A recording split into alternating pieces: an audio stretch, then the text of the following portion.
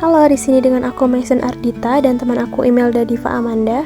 Di sini kami akan mempresentasikan bab 4, etika dalam dunia kerja digital. Etika dalam dunia kerja digital.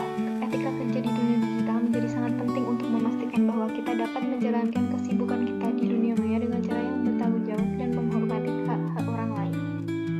Berikut contoh etika dalam dunia kerja digital. Yang pertama, etika pada remote working dan tanggung jawab etis. Perkembangan teknologi yang pesat telah mengubah cara kita bekerja, termasuk munculnya tren remote work atau kerja jarak jauh. Berbagai kemajuan dalam infrastruktur digital telah membuat model ini lebih mungkin dan mudah diakses oleh berbagai jenis bisnis, dari MCPs hingga perusahaan besar.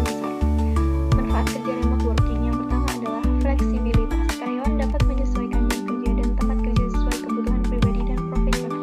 Yang kedua, keseimbangan hidup. Karyawan dapat menyeimbangkan pekerjaan dan kehidupan pribadi. Yang ketiga, penghematan biaya. Karyawan dan perusahaan dapat menghemat biaya.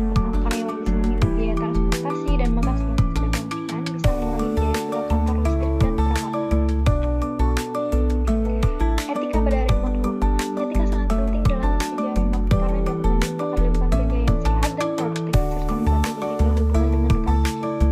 Manfaat etika dalam kerja remote work. Yang pertama, mencegah miskomunikasi. Etika komunikasi yang baik dapat membantu mencegah miskomunikasi yang dapat terjadi dalam lingkungan kerja remote.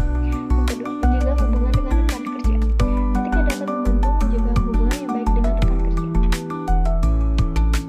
Berikut tantangan etika saat remote working.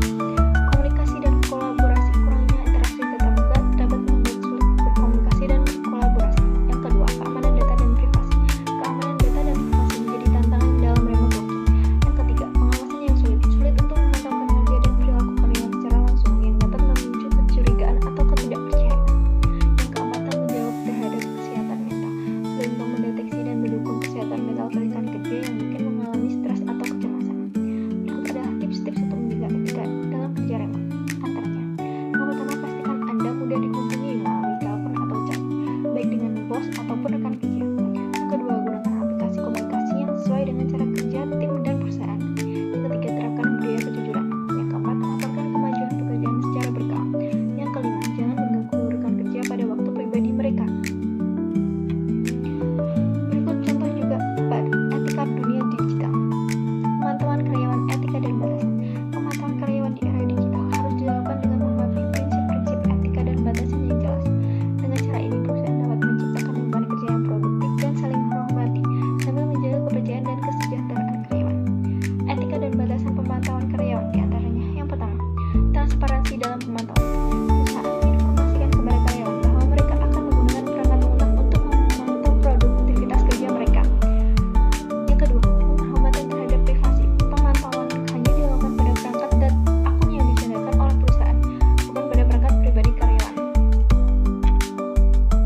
Yang ketiga, penggunaan data yang etis. Data yang dikumpulkan melalui pemantauan digunakan untuk tujuan pengembangan karyawan, seperti identifikasi, kebutuhan pelatihan, bukan untuk tindakan disipliner tanpa alasan yang jelas.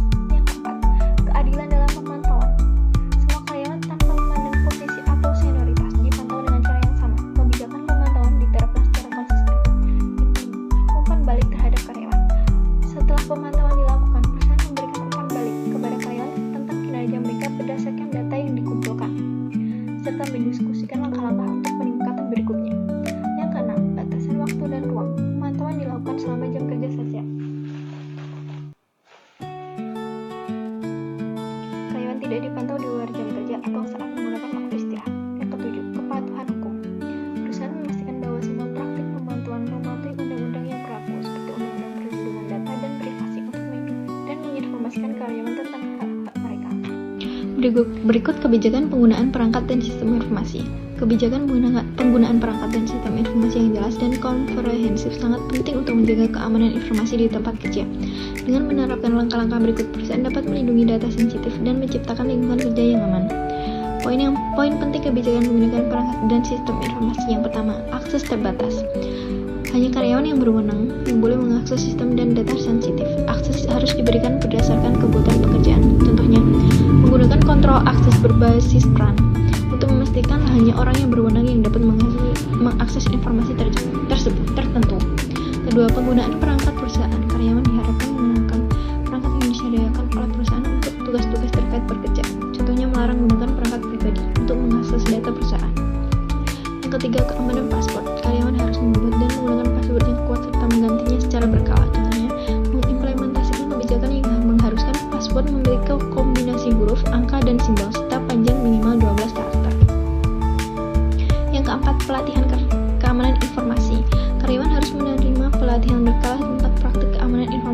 cara melindungi data perusahaan. Contohnya mengadakan seminar atau kursus online tentang phishing dan cara melindungi data pribadi.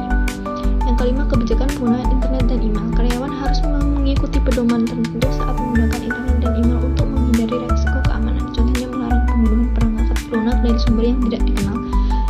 Yang keenam, pengamanan data sensitif. Data sensitif harus dienkripsi dan disimpan dengan aman untuk mencegah akses yang tidak sah. Contohnya menggunakan perangkat lunak enkripsi untuk melindungi informasi pelanggan dan data keuangan. Yang ketujuh, tindakan laporan insiden. Karyawan harus melaporkan setiap insiden keamanan atau pelanggaran kebijakan keamanan kepada tim TI atau manajemen. Contohnya menyediakan saluran komunikasi yang jelas untuk melaporkan insiden seperti email khusus atau formulir online. Yang kedelapan, audit dan pemantauan. Melakukan audit rutin dan pemantauan terhadap sistem informasi untuk mendeteksi pelanggaran kebijakan. Contohnya menggunakan perangkat lunak pemantauan untuk mengidentifikasi aktivitas mencurigakan atau akses yang tidak sah. Kemudian, penanganan sistem informasi sensitif secara etis. Yang pertama, pendidikan dan kesadaran mengenai keamanan cyber di kalangan karyawan dan pengguna penting untuk mengurangi risiko serangan yang disebabkan oleh kesalahan manusia. Yang kedua, penggunaan kata sandi yang kuat. Memastikan bahwa pengguna kata sandi yang kuat dan kompleks serta mendorong pengguna untuk secara teratur mengubah kata sandi mereka. Yang ketiga, pemantauan sistem ya. Melakukan pemantauan secara terus-menerus pada sistem informasi untuk mendeteksi aktivitas yang mencurigakan atau aneh. Yang keempat, enkripsi data, yakni mengenkripsikan data yang sensitif baik berada dalam penyimpanan maupun saat sedang dipindahkan melalui jaringan. Yang kelima, pembaruan sistem, yaitu memastikan sistem dan perangkat lunak selalu diperbarui dengan patch keamanan yang terbaru. Kemudian yang keenam, penggunaan keamanan jaringan ya, menerapkan keamanan jaringan yang kuat untuk melindungi sistem dari serangan DDoS dan serangan lainnya. Kemudian yang ketujuh, pengelolaan akses pengguna, yakni mengimplementasikan model keamanan yang tepat seperti manajemen hak akses untuk memastikan bahwa setiap pengguna hanya memiliki akses ke bagian sistem yang relevan dengan perannya. Kemudian terakhir, penggunaan sistem keamanan lanjutan, yakni menggunakan solusi keamanan firewall, antivirus, deteksi intrusi, dan teknologi keamanan lainnya untuk mengamankan sistem dari serangan.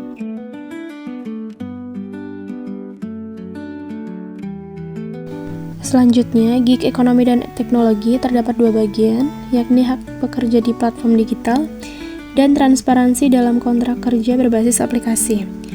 Yang pertama, hak pekerja di platform digital merupakan isu penting terutama karena pekerja di gig ekonomi seringkali dianggap sebagai kontraktor independen daripada karyawan tetap. Berikut adalah beberapa hak pekerja pada platform digital. Yang pertama, hak atas gaji atau tarif yang adil. Kedua, hak atas lingkungan kerja yang positif. Ketiga, hak jaminan sosial. Keempat, hak privasi dan keamanan data pribadi. Selanjutnya, yang kedua, transparansi dalam kontrak kerja berbasis aplikasi. Hal ini mengacu pada keterbukaan dan kejelasan semua informasi yang berkaitan dengan perjanjian kerja yang dilakukan melalui platform digital yang mencakup segala hal dari mulai hak dan kewajiban pekerja, mekanisme pembayaran, hingga proses evaluasi kerja. Intinya, semua informasi yang relevan harus mudah diakses dan dipahami oleh kedua belah pihak. Adapun contohnya, yang pertama, deskripsi pekerjaan yang jelas. Salah satunya, mencantumkan secara rinci tugas dan tanggung jawab serta kriteria kinerja yang diharapkan. Yang kedua, sistem penggajian yang transparan. Contoh, rincian gaji pokok, tunjangan, bonus, dan cara penghitungan yang jelas. Ketiga, proses evaluasi kinerja. Yang pertama, kriteria evaluasi yang jelas, frekuensi evaluasi, dan mekanisme memberi umpan balik yang konstruktif. Kemudian yang keempat, prosedur pengunduran diri. Prosedur pengunduran diri yang mudah dipahami dan tidak ada penalti yang tidak wajar. Kemudian yang terakhir, kebijakan privasi, yakni mengenai bagaimana data pribadi pekerja yang akan disimpan dan digunakan secara baik. Kemudian, manfaat transparansi bagi pekerja dan perusahaan. Yang pertama, bagi pekerja, merasa aman dan nyaman dalam bekerja. Kemudian, lebih memahami ekspektasi perusahaan. Yang ketiga, memiliki kesempatan untuk bernegosiasi dengan lebih baik.